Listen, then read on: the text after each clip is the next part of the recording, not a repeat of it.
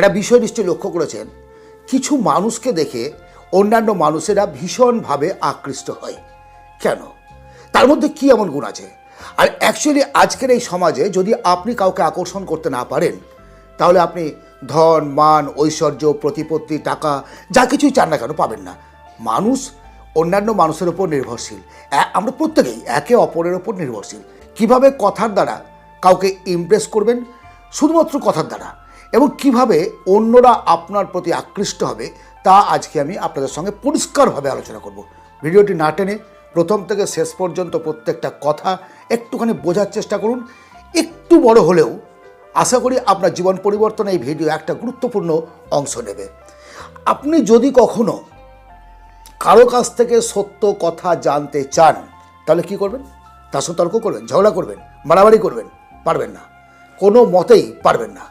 আপনি তাকে কোনো প্রশ্ন করলেন, দেখলেন যে সে আপনার এই প্রশ্নটাকে এড়িয়ে যাচ্ছে, তখন আপনার কাজ হবে তার চোখের দিকে স্থির দৃষ্টিতে তাকিয়ে থাকা। প্রশ্ন ছুড়ে দিলেন, তার দিকে তাকিয়ে থাকুন।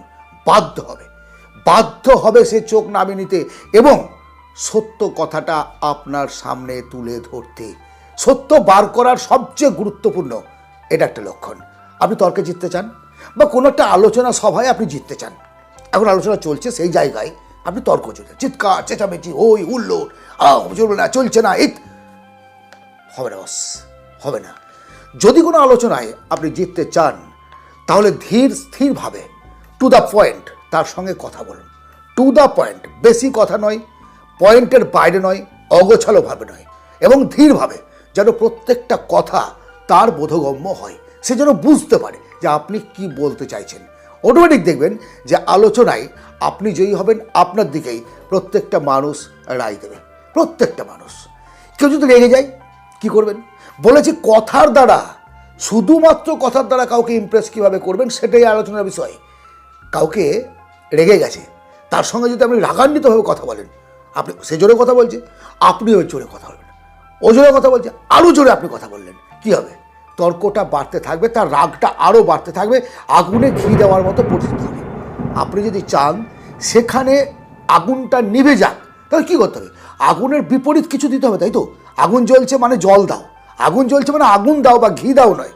তাহলে একজন রেগে গেছে, তার রাগ কমানোর মূল অস্ত্র হচ্ছে আপনি শান্ত স্বরে তার সঙ্গে কথা বলুন, শান্তভাবে কথা বলুন। দেখুন সেও বাধ্য হবে শান্ত হতে, এবং তার রাগ কিছুক্ষণের মধ্যেই, নিমেষের মধ্যে মিটে যাবে।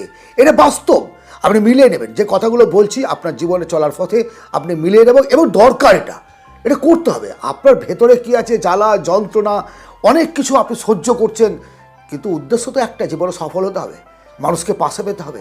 একা মানে তো বোকা, একা একা তো বাঁচা যাবে না। আপনি যখনই নিজেকে দুর্বল ভাবছেন, একা হয়ে যাচ্ছেন ভাবছেন, একজন এগিয়ে যাচ্ছে, আমি এগিয়ে যেতে পারছি না কেন ভাবছেন, শুধুমাত্র মেধার দ্বারা সব কিছু হয় না। মানুষের মুখের মধ্যেও অনেক কিছু আছে। অনেক শিক্ষিত, বিদ্বান, পণ্ডিত মানুষ আমি দেখেছি, তাদের ভাষার জন্য তারা বিজনেস চালাতে পারে না। একজন দামি, সুন্দর, মানে প্রোডাক্টিভ একটা প্রোডাক্ট বিক্রি করছে, মধু বিক্রি করছে, খুব সুন্দর, জেনুইন, আর একজনে ভেজাল। কিন্তু ভেজাল যে বিক্রি করছে, তার দোকানে কাস্টমারের ভিড় প্রচুর, এর নেই কেন? শুধু মাছি ঢন টন টন টন করছে। কারণটা হচ্ছে ভদ্রলোকের মধুতে মিষ্টি থাক বা না থাক, তার কথার মিষ্টির দ্বারা সে কিন্তু তার প্রোডাক্টটাকে সেল করতে পারছে। জীবনে যদি নিজের গুরুত্ব বাড়াতে চান, কখনো কারোর সঙ্গে দ্রুততার সঙ্গে কথা বলবেন না। দ্রুততার সঙ্গে কারোর সঙ্গে আলাপ করতে যাচ্ছেন, অত্যন্ত দ্রুত, স্পিডলি, একটা খুব ধীর স্থিরভাবে কথা বলাও খারাপ, তাই তো এবার কি করব, এই ধরনের যে কথা বল, সেটাও খারাপ। তাদের কী করবো, দেখা, এইটাও কিন্তু খারাপ। আপনি যখন কারোর সঙ্গে কথা বলবেন, তখন ধীরে স্থিরভাবে কথা বলুন, আস্তে আস্তে কথা বলুন। প্রত্যেকটা কথা যেন তার মস্তিষ্কে গিয়ে আঘাত করে, সে যেন বুঝতে পারে আপনি কি বলছেন। দ্রুত কথা বললেন, স্কিপ করে বেরিয়ে গেল, মানে কথাটা তো এমনই যে রিপিটেশনের সময় একই কথা আবার বেরিয়ে আসবে না। তো তাকে বোধগম্য করার মতো, তাকে বোঝানোর মতোভাবেই আপনার স্পিডটাকে আপনাকে রাখতে হবে।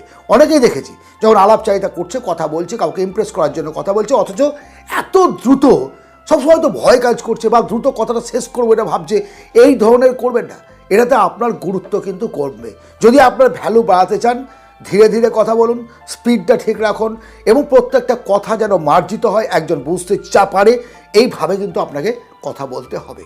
সবশেষে বলবো, সত্যি যদি আপনি কাউকে ইমপ্রেস করতে চান, কারো ভেতরে নিজের একটা জায়গা তৈরি করতে চান, তাহলে সবচেয়ে গুরুত্বপূর্ণ যে বিষয় সেটা হচ্ছে অন্যের নাম ধরে ডাকা অভ্যেস করুন। আমি সেই মোটামুটি এইচএস যখন পড়ি তখনই ডেল কার্নেগির একটা বই থেকে আমি শুনেছিলাম, মানুষ তার নিজের নামটা অত্যন্ত বেশি পছন্দ করে, অত্যন্ত বেশি।